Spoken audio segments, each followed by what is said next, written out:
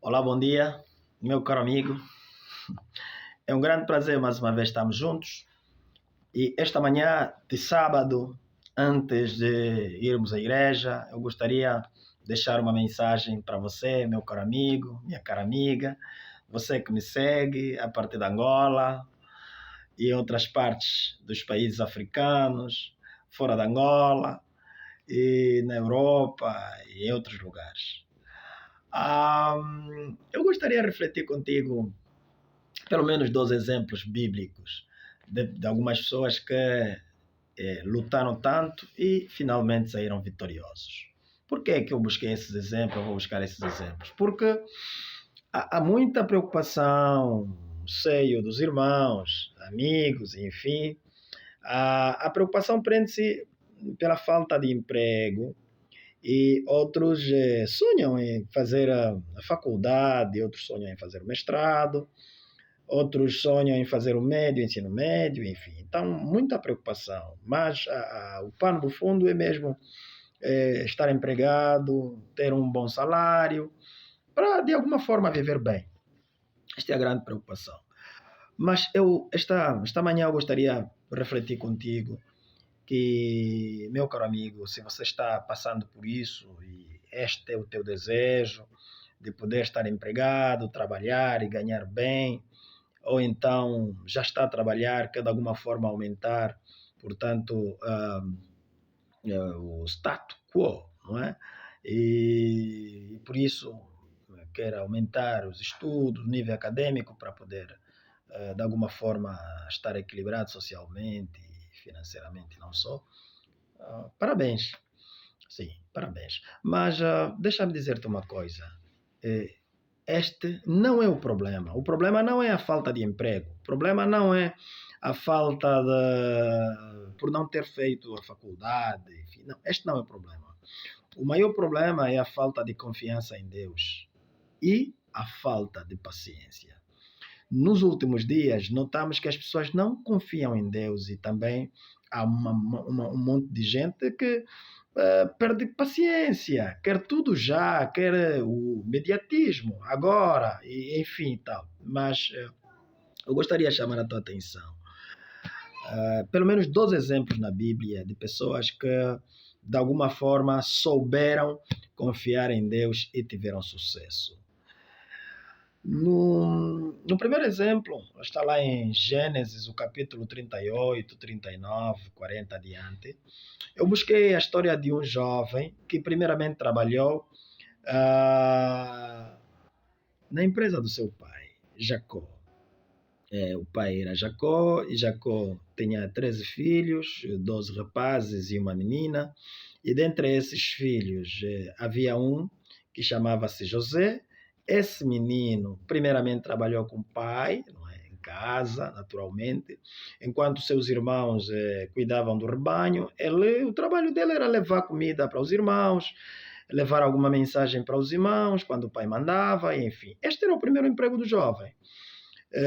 Com 17 anos, infelizmente, o jovem teve o azar de ser vendido pelos seus irmãos, conta do ódio, enfim. E ele não se desesperou, confiou em Deus.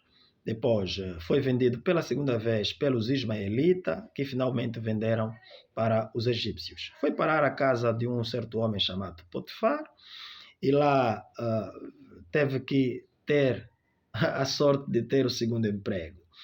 E desta vez trabalhar como um mordomo, um gerente da casa de Potifar, trabalhador doméstico. E, naturalmente, eu penso que, de alguma forma, já subiu, né? Se primeiro trabalhava para os irmãos, em casa, sem salário, e agora trabalha também sem salário, mas com alguma recompensa, porque cuida de todo o negócio da casa de Potifar, o general do exército egípcio, e então, de alguma forma, já subiu. De alguma forma já subiu. Porém, ele ainda foi paciente e confiou em Deus, aprendeu a ser fiel a Deus, e isso lhe garantiu, portanto, a subir mais. E nessa terceira tentativa de subida, perdão, ele vai naturalmente trabalhar, não é? Lá no cárcere privado, no cárcere político, onde estavam os presos políticos da época, né? Ele fica lá trabalhar. E você me pergunta, qual é o trabalho dele agora? Bom, o trabalho dele é cuidar, de revelar o sonho dos outros. É um trabalho também. Sabe-se que aqueles que são, de alguma forma, aqueles que cuidam da vida dos outros, pastores, por exemplo, é um emprego, e também existem profetas que são consultados, enfim, também é um trabalho. É um trabalho.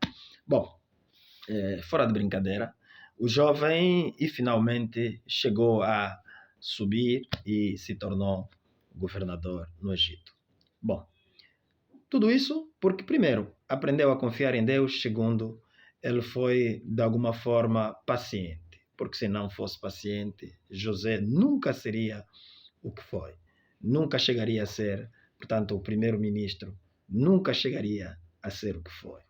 Talvez estaria frustrado, estaria o tempo todo a reclamar, por quê, e quem sabe, não tivesse a oportunidade de chegar a ser primeiro-ministro. Bom, o segundo exemplo está já no Novo Testamento, o outro jovem também, que entrou para a vida missionária com 17 anos. Estou a falar de João, um discípulo que eu era mais jovem entre todos os discípulos. O primeiro emprego do jovem foi, naturalmente, andar com Jesus. Sabe aquela coisa de pregar o evangelho? É o emprego dele. E aí ele foi trabalhando com Jesus durante 3 anos e meio, sem salário, comiam do que era ofertado, que lhes era ofertado, e assim a vida foi. Portanto, de discípulo, subiu para apóstolo. Após a exceção de Cristo, João se tornou apóstolo de Cristo. E aí, nessa altura, já não como discípulo, mas como alguém que ensina, é o segundo emprego dele. E, naturalmente, depois dessa segunda fase, ele ascende e conhece o seu terceiro emprego, que é, naturalmente, a profeta. Nos anos 94, 95, depois de Cristo, João se tornou profeta. E é ele que escreve para nós, em Apocalipse capítulo 14, versículo 12, que diz que a virtude, ou uma das virtudes dos cristãos, é a paciência. Quando, no final do primeiro século, ele deixa a ilha de Pátimo, vai pastorear a igreja de Éfeso, uma das igrejas que fora erguida ou fundada pelo apóstolo Paulo. Agora veja, um jovem que começa com 17 anos e lá para os 95, 96, 97 anos, ele termina o seu ministério. Entra a trabalhar como discípulo e termina como pastor. E como pastor, naturalmente, se deve imaginar que tem alguma recompensa por parte dos fiéis que vão doando alguma coisa, enfim. Este é o trabalho dele. Bom, por que eu fui buscar estes 2 exemplos? Porque existem momentos na vida em que nós pensamos, nós projetamos, queremos ser alguma coisa, queremos ser professor, mas é possível que no sonho de Deus, Deus não nos levantou para sermos professor. Quem sabe Deus nos levantou para sermos médicos. E às vezes queremos ser médicos, mas Deus se calhar não quer que sejamos médicos. Talvez Deus quer que nós sejamos um policial, um gestor, tanto um governador, um ministro. Talvez. O sonho de Deus é completamente diferente do nosso. Bom, mas a grande preocupação é que nós queremos forçar a Deus e a gente luta, a gente sonha, queremos emprego, enfim. Às vezes Deus não quer que você se empregue. Quem sabe Deus quer que você seja empregador. Como empregado, estaria talvez a ganhar 300 mil kwanzas. Mas como empregador, talvez estaria empregando alguém cujo salário seria também 300 mil kwanzas. Você já imaginou a bênção? O Estado não tem capacidade de empregar todo mundo, não tem, não consegue, não é possível. Então nem todo mundo vai ter que trabalhar para o Estado. Talvez você vai ser um vendedor, vai ter fazendas, ou vai ser um gestor, vai ter uma empresa, ou, não sei. Mas se você confiar em Deus e for paciente, o teu tempo de brilhar vai chegar. Não precisa esquentar a cabeça. Porém, enquanto não chegou o teu tempo, vai fazendo alguns cursos, vai investindo em algum negócio, vai procurar se aliar a pessoas que de alguma forma podem lhe ajudar em conseguir um emprego, ou em conseguir um trabalho, ou fazer um negócio, ou qualquer coisa parecida. O sonho de Deus é completamente diferente do nosso.